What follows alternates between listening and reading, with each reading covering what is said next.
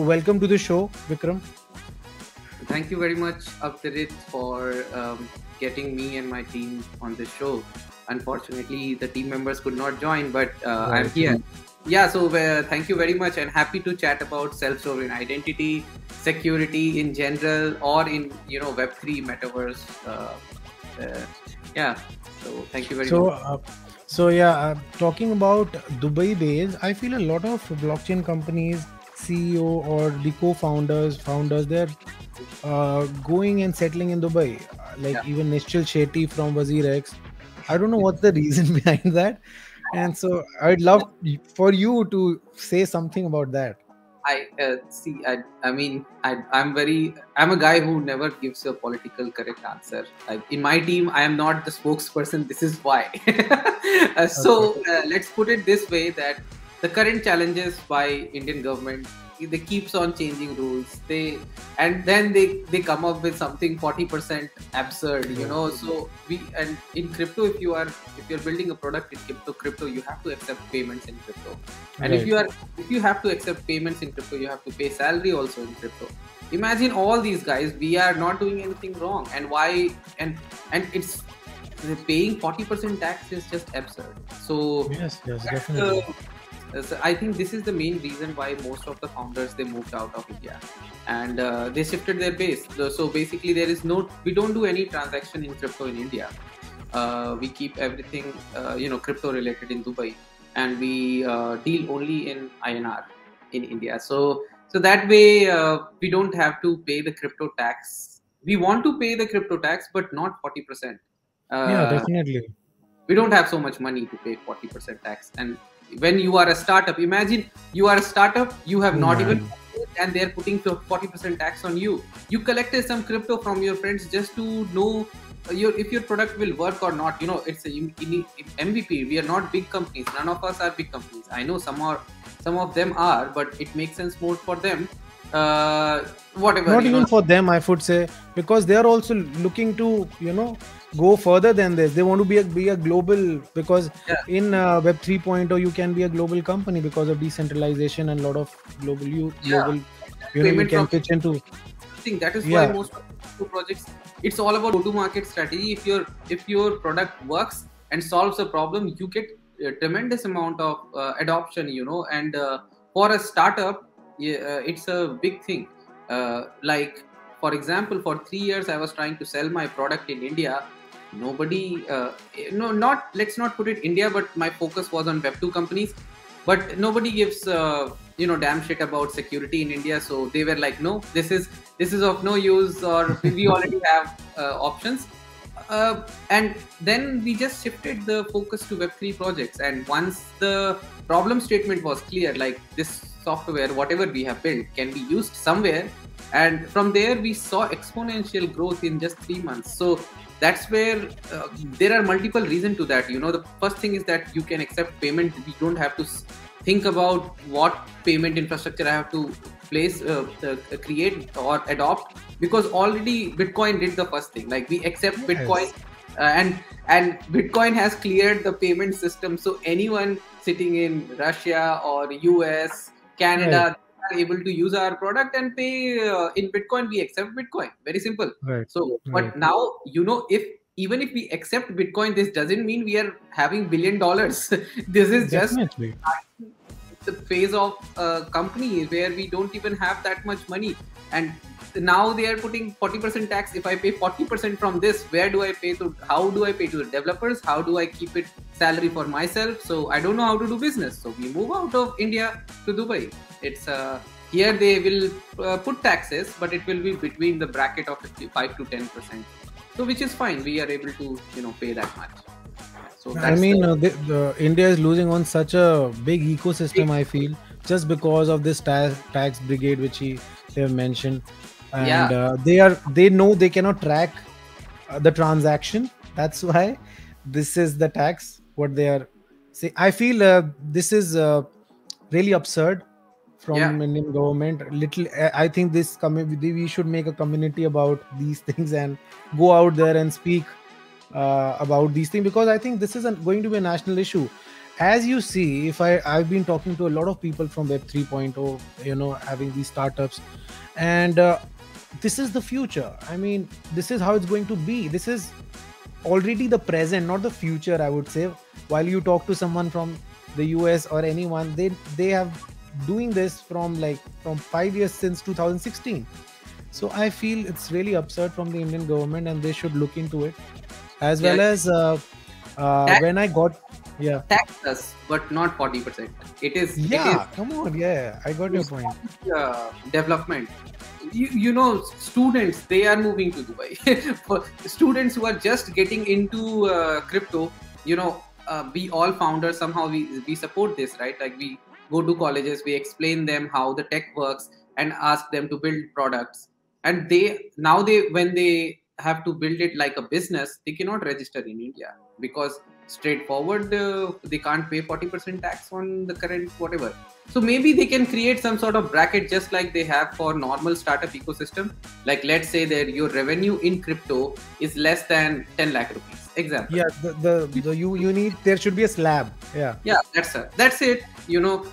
I mean, you tax 40% also, not a problem. But tax only to the people who are using crypto as something else, not for product development or startup building. So this is where it is becoming challenging for startups. All this. Okay, so moving forward, I'd love to know about your journey. How did it all start? When was that, moment in your life when you thought about Hypermind Technologies and moving forward? So how did it all start, and when was, like, you were into the space called like ecosystem data security before this, or there was this moment when you got to know about blockchain, and then you moved in? No, so okay. I'll just give you some background. It'll basically take you to the story. There are two parts of the story. The Okay. one part is why, as a founders, we got into crypto, and the second part is why, as a founder, we started Hypermind. Like getting in crypto is different, and because everybody who's now into Web3, they have their own story, right? Like why personally Yes. they Yes. do. So on a personal level, me and Irfan, one of our co-founders, so we are three of us: me, Irfan, and Vishwas is my own brother, and Irfan and me were friends. So what happened was, like, Irfan used to live in Dubai. He had his corporate job, and one day he decided, okay, like everyone, I cannot do this corporate job anymore, and I want to switch. Stop this and do something on my own. But the problem was that even though he was Indian, he was not born in India. He was born in Dubai and he lived his life here. So suddenly moving back to India to do a startup, it was not just the challenge for him to start a startup, but it was also a culture shock, because it's very different if you're born a kid in Dubai. I can see that now when I'm here. Yeah. Different. And then you go back. He said he said that one line, I went from Dubai Marina to TC Palya. So that itself was a huge, culture shock Change. for Yeah. change Right. for him. So he moved back to India, and he started a startup called Chiply. It was a musician platform where other musicians can get, other That's nice. musicians can get shows. And I'm a part-time musician, so Wow. and my This band is was amazing. started getting show from Irfan. His startup was doing really well that time, and that's how we became friends. And then he told me, look, do you know about Bitcoin and all these decentralization stuff? So this was back in 2015, and he got me into Bitcoin. Then one of our other friend also. Shakti Prasad, he was working in a Bitcoin mining firm in Middle East. So he came back to India and he gave me one full lecture on technical side of it. So Irfan was more involved as an economics side, why Bitcoin and why to hold. And then when he actually explained me how technically it can work, so that's where all three of us, me, Shakti Prasad, and Irfan, started brainstorming. Can we build something? And since Irfan was involved in music industry, our first idea was that we will sell digital right content. Now you see it as NFTs. Yes, NFT, that's what I was coming at. Yeah. yeah. So that back then in 2015, we thought we can definitely resell the digital right. Business wise, it might be a challenge, but technically we can prove it on a ledger, you know. And because we were writing Ethereum codes and trying some small things like Solidity code and trying some simple proof of concept. So initial idea was that, but when we we did some basic proof of concept, and when we analyzed it, you know, the access to the web 3 was so difficult that we thought first the access need to be fixed. And that's when, you know, all as a company we formed, because Irfan told me that he has been selling identity product all his life. In his past experience, he was general manager in Thales here in Middle East and Africa. He has implemented identity systems like your telecommunication system, where there was no infrastructure in countries like Egypt and many other countries, that, and he was from ground zero to all the way having all the infrastructure related with, just with your SIM card you can have login to malls and whatnot. That time it was How famous. would they do that? Didn't have blockchain that time. How did they maintain the ledger and all that time? Oh no, it's so every telecommunication is the backbone of the internet, right? So basically you can think that. So these company where he was working, Thales, they were selling cryptography product like security products for telecommunication companies. Like in Dubai there is Etisalat or Do or bigger companies than them. So, and then they used to apply for tenders in countries like in Africa, South Africa, where there is no infrastructure, like there is no telecommunication. So they would help these company implement telecommunication first and then build different systems like your Aadhaar system sort of thing, like passport system or Aadhaar system on internet. So all the way from nothing to the way where applications can be built and used and have internet. So he was involved in this sort of business, like, and he said, I worked in this field for 10 years. And during that time, luckily, fortunately or unfortunately, my brother Vishwas, which is a different story, right? So he was working in a company called I forgot the company name, but the point is that he was working on login product. And this is now in 2017. It's been like 2 years. We have been friends, talking, having things doing. So in 2017, he told me that I'm working on a login system called Fido. Fido is a technology which helps you log in without password, right? And he was working in his company to implement this infrastructure. He said, why not we switch? Fido is a centralized system. Why not we switch that with something like Web3.js keys? Like what you see in wallet, you have private key, right? Fido was also using private key, but the public key storage in Fido is a centralized database. So he said, why not we switch that to a blockchain ledger? And then we use the same wallet that we have in cryptocurrency, like your Ethereum wallet, to access any web. In website, normal website, if you're logging in without password, with no centralized storage of password. So all the problem related with password is gone. And on the other side, for the blockchain side, the users have a very seamless experience. Like they just provide their email address, a link goes to their email address, they click on the link, and they're logged into a web dApp or a web application. So you see the same user experience that you have in a normal application, you can have for a blockchain application as well. This was originated back in 2018. By then we were a little more technically sound. We started taking part in a lot of hackathons. In 2019, we won like 6 or 7 hackathons, all security hackathons, enterprise. Yeah, so every was like, if a Hypersign guys have come, that means they used to call us blockchain brothers. So if we are there in any hackathon, everybody is like, these guys are going to win. So it had become like that. And so 2000 passed like that. Then that's when we decided, okay, it looks like our idea is at least accepted by these judges, meaning that they are enterprise focused guys and they see there is value in this. So definitely it can be a business, because Fido was already there, which was trying to get market share. So we said, why not, we have our own things. But now the point was how to do go-to-market strategy. These things were not clear. So we participated in an accelerator called AE Ventures. So A Ventures is basically an investment arm of Eternity blockchain. Eternity blockchain back then was very hot. They were like the first one to implement scalable blockchain on a proof of work network. This is 2018. This is now no. Now I got you in 2019. Okay, all right. Okay. So 2017 is when we all met as a friend. Basically, 2018 is when the ideation of using the Web3.js as authentication for web application or the application happened.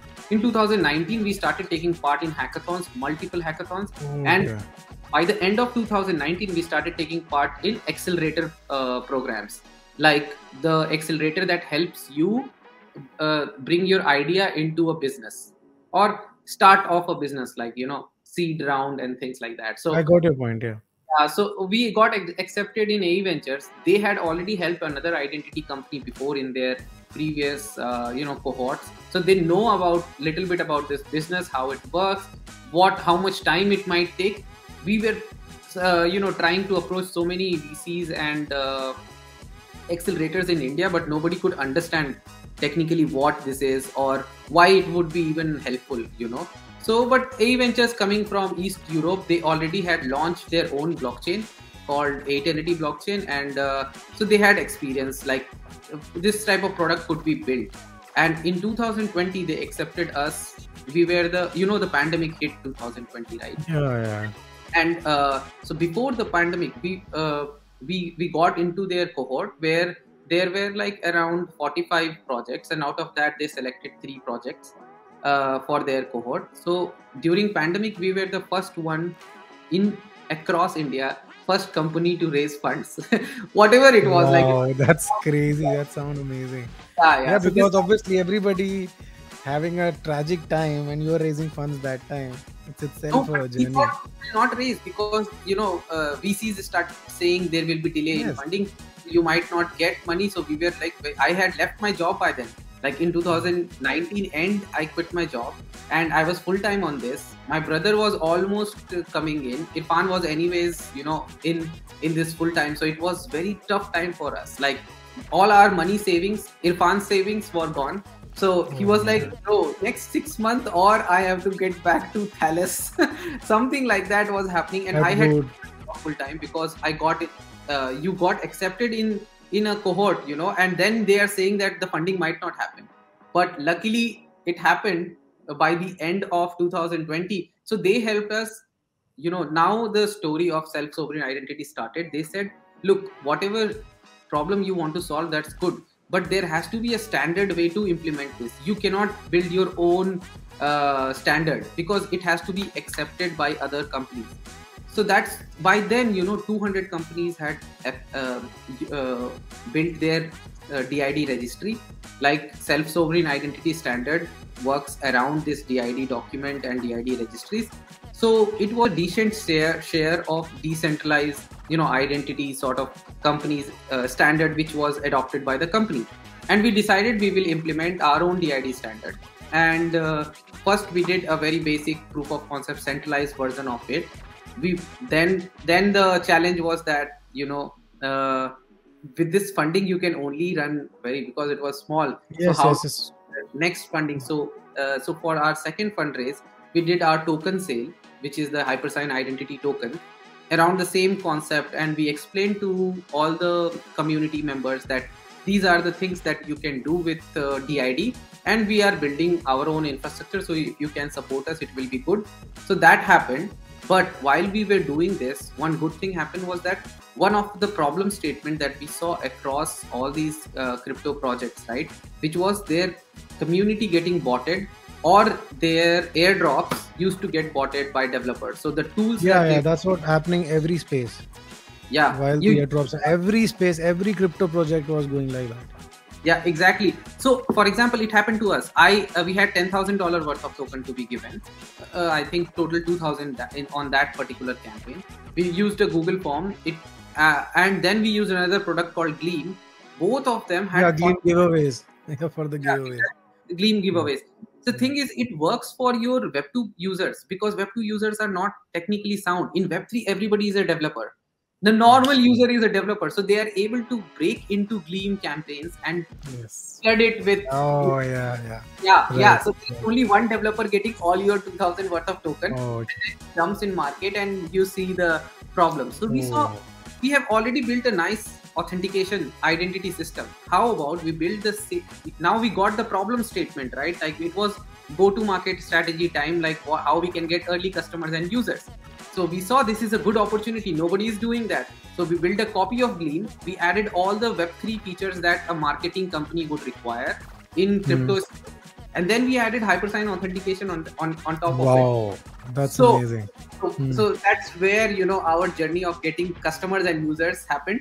From we launched it in Q4 2021, Q4, and within 3 months of time, now we have around 100,000 plus users, 70 plus customers, including MetaMask, SushiSwap, and all the big guys. That's amazing. Last month, we crossed 53,000 participants in just 1 month. So 53,000 is a huge number. So this is what I want to explain to any startup, guy. Like if in crypto it is so easy, you just need to focus on the problem statement. Remaining things are all here. You don't need to worry about having your own business, registering a business. They don't care. You can, because you are accepting payment in Bitcoin. Anyways, you don't need a bank account. You accept Bitcoin payment. That's clear. How will you get payment? It's clear. How will you register your company? Immediately, it's not important. You just need to focus on the product, and if your product works, then you have adoption across the globe, not just from one area. Yes, I think that's the crazy part about Web 3.0. Sorry about long story. That it can just scale like this. It can scale. Yeah, if you have a amazing project and you are willing to solve problems at every obstacle, you are not bogged down by the obstacle. Like through your journey, I could find that there were a lot of obstacles, and to just get on, keep on doing those things. I think a lot of people would have quit, the journey you have gone through. And the part about that savings going in, he's thinking about going back. So, taking away from all these things to make something big, these are the, like, I won't say sacrifice. This is the excitement level of, going and doing something at the end of the day. And that's quite impressive. Your journey is quite impressive. I mean, it's not as impressive as all the flashy companies that you see, those who could scale huge in 2 years. We took so much time. But what good thing is that if you would have talked to me in my hackathon days, right? And you see me back when my hair were not white. It feels so different. I look at myself. So, and it's 2019. It's not far. And now I have the same sort of energy when I'm talking to you because I love my project. So yes, that's what. Invest in me, or you use my product. I know I solve a specific niche. Slowly, I will get the adoption. Identity is always difficult because identity is like heart of the system.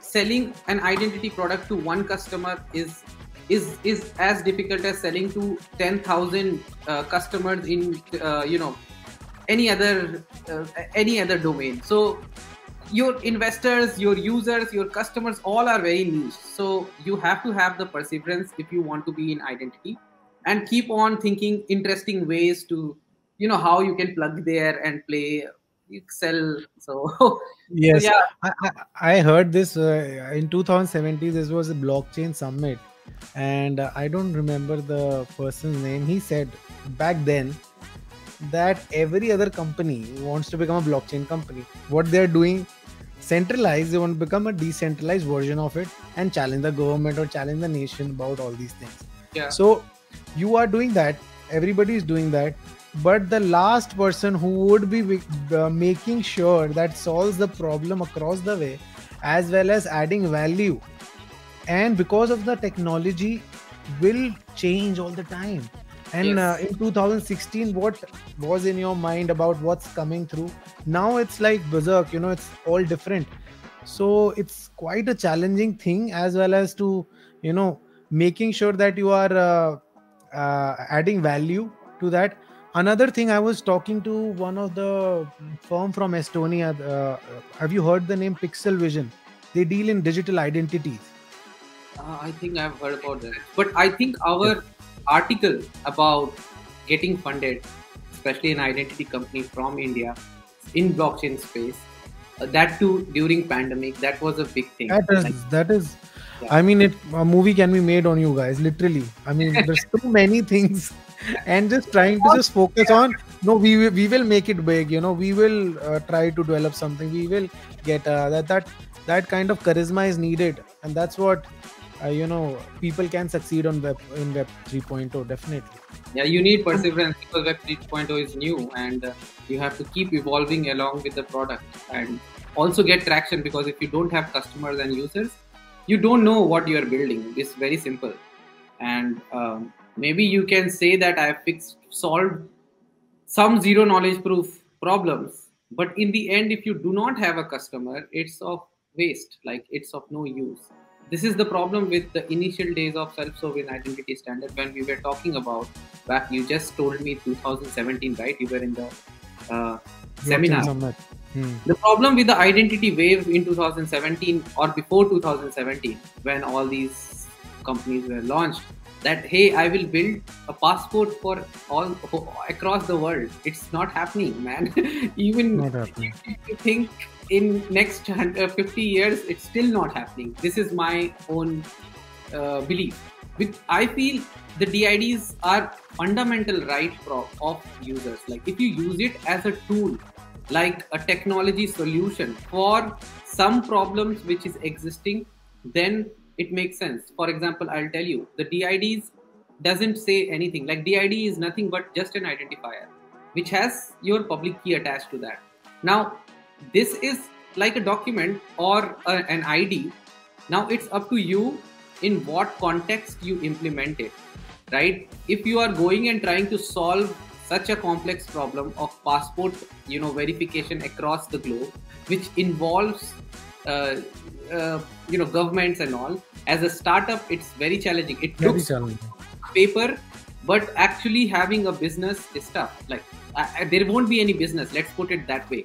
But I feel that's like a scale up thing. For the first thing, it's up to for 100 people to 200. Then you can think for a bigger Exactly. chunk of people. And here, obviously, the government is involved, and obviously, you're going to have so many roadblocks down the road. Yeah, so what changed back from 2017 ID wave to now is that now we see it as a tool. Okay, and what tool is this? Currently in the web world, you do not have any sort of control on your data or your identity, meaning Yes, yes. that if you are part of Twitter and Twitter wants to delete you from their database, you don't They have can. any access after that or any proof that you were part of Twitter. They will literally wipe you out of the whole system. There is Same no, thing. Yeah, same thing. Sorry to cut you down. Same thing with like any influencer who's earning so much through Instagram, let's say, can or Instagram wipe out the whole business of that influencer? Such a or big thing you're mentioning. Yeah, go on. it has happened so many times with YouTubers. They just Yes, get yes. banned and their URL doesn't work anymore. It says page not found. Page not found. Yes. It doesn't exist in our system. But imagine that it's okay. They can ban you. Okay, that's a business decision, and we are not stopping the ban problem. What we are saying is that how about there is a proof at some with the user that he was associated with this application, and this is the proof. He can take it to a court of law saying that hey, I was kicked out of with very wrong reason. They are saying I'm not part of their ecosystem, but I was a part of ecosystem because you can see it on my blockchain ledger that my DID was associated to a DID of this particular company or application or server. So this association and a proof, it's all DID is trying to solve. And I'll tell you why. What is this? Okay, in web world, your identity is nothing but just the ID that the website gives you. Like your Yes. your Yes. user ID that the website gives you, that defines your identity in the web world. But this ID is centralized. Like they have the control of this ID, and once they delete this ID, the whole system, you are just not there. So what self-sovereign identity is trying to tell, and not so self-sovereign identity is the standard, but you have to see where it is getting accepted. The people who built World Wide Web Consortium, like the one who governs the internet, they are slowly adopting self-sovereign identity as a part of World Wide Web. Yeah. So now moving forward, every company needs to use DID in their infrastructure. Even if you are building user table in database, let's say centralized database, but the identifiers should be decentralized so that the user have some sort of control, or not even control, but it's like some proof guarantee that I was associated with this particular application. Then it is called a true decentralization, I would say. Absolutely. But now you see, we are not changing anything in the existing business. The business runs just the way it is. All we are saying, add the user DID in all the databases where you are storing user data. No change we are not stopping you from storing user data. We're not stopping you from selling user data. All we are saying, just keep a DID and map the DID with all your infrastructure, which is very possible, very easy. And to do this task, only all the toolings are built. For example, we focus on login and authentication. Any application that will integrate our authentication mechanism, by default, their user table will have DID integrated. Because when you log in the background, we give user DID. And while these businesses who are adopting our authentication SDK, we give each of their server a DID, and now then we associate the user and the server's DID together in a blockchain ledger, where user or anyone else can go and see that these two DIDs were associated, and people can prove themselves. Like, let's say it is anonymous. Always the DIDs are anonymous.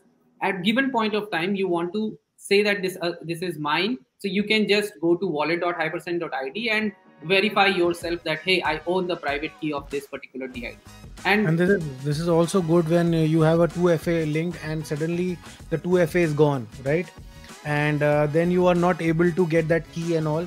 So for anybody watching, that it is very important. I saw on your website you were mentioning there is Aadhaar.io. I think I saw a video on that. I think your partnership with them, Aadhaar.io. AdHat, sorry. Aadhaar. It is basically a Bhojpuri name for marketplace. And it's the digital right content product that I told you. We still have it because we are going to launch it, but we are basically first launching the authentication thing. That is our core philosophy. And with that, once that is stable, we launch AdHat because we have our own, we launching our own blockchain. So we can build all these things, all these use cases.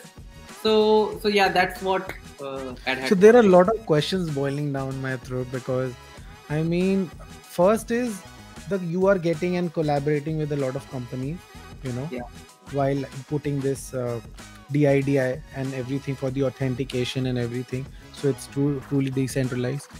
Are you like, there is two market flows, like there is a lot of companies coming with that. Another is educating the masses about this. I mean, because if the mass people try to, if they know about these things, companies will come in to the play. So, I mean, you doing something on that page, or you're not thinking about, you're just taking company after company, and that's how you are building the ecosystem? Because this information, why I said, because a lot of people who would be part of the blockchain, or investing in cryptos, I have seen a lot of people are not able to access their funds because of 2FA or these kind of things. So it's very important to even educate the masses as well as to collaborate with the companies, because your revenue model is going on, but certainly there is 10-20% of let's say you are making some course or something on that way, where you are trying to tell people that this is what you need today, so that if you have this, then only it's truly decentralized. So are you doing something in that road? So we are very tech focused company. So to answer your question, you always do something which is your as a startup founder, we are very small companies, right? We cannot do a lot of things. So you always have to stick to what you are good at, because that you can scale. So being said that, all three of us are core tech founders, like tech guys. And if we move out of this to something else, there has to be bigger reason. Meaning, if we, let's say, hit 3 million users, that's when we see, okay, now it is important for us to Right, start. right. So But it can until be focus part should of be, the roadmap, yeah, it's part not of the right now. roadmap, definitely. Okay. It's like part of the 5-year plan that we have now, but it's going to take time before we reach to that stage where we will go and start teaching. But if you see our technical things, right, from the ground zero, we have everything blocked. Like if you are a developer, if you come to any of our stack, you will see everything documented in a blog, why we do this, how we are implementing, and how Yeah, it. that's quite informative. Yeah, I've seen that, that. that's the way we are educating, because we are That's educating. really nice. Yeah. But for the user to be educated, since most of our tools are built behind the scenes, right? Like it's not the user facing product. So it's the responsibility of the developers who are building these user facing products to train their users and whatnot. For us to be involved in that, it needs a longer, I mean, probably next year end Yeah, is yeah, when. it'll take some time. Yeah. Yeah, so Yeah, it can be a part of the roadmap, and it takes that amount of time. Okay, talking about NFTs and how and metaverses, like I've been a part of quite a few. Like there is one, they're building Goaverse, and they're also thinking of getting the same. I think they're building it through Earth ID. Earth ID and Hypermind, they are functioning the same way, or there is some difference? probably I have to Matlab see. they're solving the same problem. That's like Yeah, if you but know the about. market. Yeah, so basically the market, probably the way their go to market is different than us, but it's the same stack, could be the same stack. But I do not know if Earth ID is a blockchain. I know what Earth ID is, just is an infrastructure on top of some other centralized, or sorry, Okay. hybrid network, where I think they are using R3 Coda or something. But we are public blockchain. Basically, we are using Cosmos SDK to launch a proof of stake network, and on top of that, we are building this identifiers. Right. And how do you see when you talk about the infrastructure in, are you collaborating with any NFT marketplaces or, anything in metaverse? Yeah, correct. So just to give you some idea, we have 150 partnership now, maybe more by now. I don't even know. So I've lost track of it. Out of that, I think around 60 to 65 are NFT projects. So, All right. and it's not because we want to only work with NFT projects. We are an identity company. We can Yes. provide same thing for, but it's just about the market. How the market is reacting. At some point, it was DeFi wave. Then came Yes. the NFT wave. So Yes. because of NFT wave, the product that sort of products that we are building, suddenly the use case evolved. Like suddenly there is a requirement for a product which doesn't need, which lets user log in without having wallets. Before it Right. wasn't a requirement, because before it was a DeFi product, they need to have 100% privacy of the user. So they will Yes. train the user to use a wallet which they can manage on their own and then access their dApps. But Right. then came the NFT wave where even the artists start getting involved. If you give private key management to artists, I don't know what will happen. Like they will share their Yeah, yeah, yeah. keys and seed phrases to everyone, and artists lose their assets. So we need to have a system which they are used to it, and from there we can derive. So what we did is basically build. So I think this is where Earth ID and us are different, because Earth ID is specifically focusing on DID. We are specifically focused on authentication side, like using DID. How can you leverage user to log into system? And then from there, other DID use cases are secondary for us. So this is where the NFT projects drive the need for products like ours, Yes. and that's why we have so many metaverse and gaming projects. So moving forward, I'm looking really, I'm very excited for Q2 because that's when our main product goes in production, and we have like all these projects that have signed partnership. I start convincing them to integrate, and then we will see exponential sudden growth about Hypersign in the community.